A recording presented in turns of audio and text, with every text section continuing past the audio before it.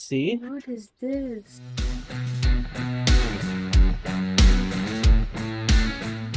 So, welcome back to another episode of our Land Rover Range Rover L322 service. This engine, if I haven't mentioned before, this is 3.6 liter diesel V8. Okay, so just to recap what we have done: removed the trim from underneath the car. We have removed the plug for the oil drain. We have oiled all of our driveway. We have made a mess. Then we have put the plug back. Then we have changed the oil filter. Then we have put new fresh oil.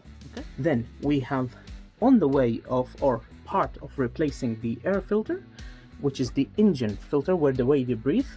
We have replaced the diesel filter. Okay, so now the engine has a nice oil inside, and it will filter through that oil using the oil filter, and the engine will breathe better because we put air filter, and the burning will be better because we have put an oil filter. The last filter to use is a cabin filter. The cabin filter is for us, so when we turn the AC on, it's nice and fresh and clean. And to do it, it's actually located here. The way it works, you see these vents, by the way, it comes from outside, it goes inside, and it goes into the cabin. Okay, so before we remove this bit, we have to make sure it's all clean here. Yeah, we have clips here: 1, 2, 3, 4. And to do it, we have to push them down like this: 1, 2, 3, and 4. Okay, now that we have pushed them down, we need to open this one. Let's get the trim removal to try to take it out. 1 second. This is the trim removal, and let's use it to take. Here we go. Here we go. Here we go. So that's good. That's the trim. That's nice. See this? That's the filter. That's what we use to breathe. That filters the air before going inside the cabin. Hence, that's why it's called a cabin filter. Let's try to take it out and inspect the condition of it. Something to remember is the white bit is on top. You see the white? Yeah. The white bit is on top. And the dark gray at the bottom. Yeah. Okay. Got it. I think I got it. Okay, here you go.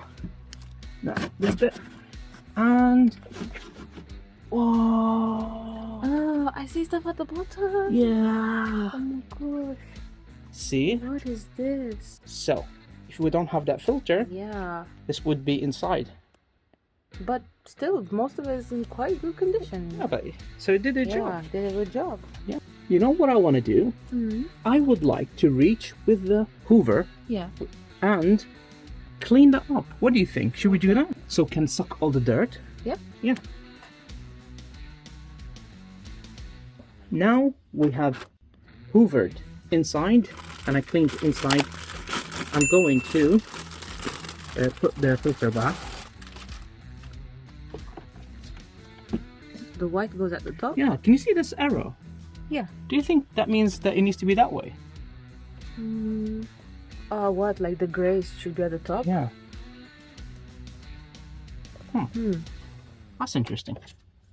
I'll put it back the way it was, because it looked like it was effective, isn't it? Unless, it depends. It could say that maybe because when you read, like what we have right now is like upside down. Yeah, right? Yeah. You see this? Yeah, maybe try with the gray up, because when you read the Land Rover brand, the arrow is pointing upwards. Yeah.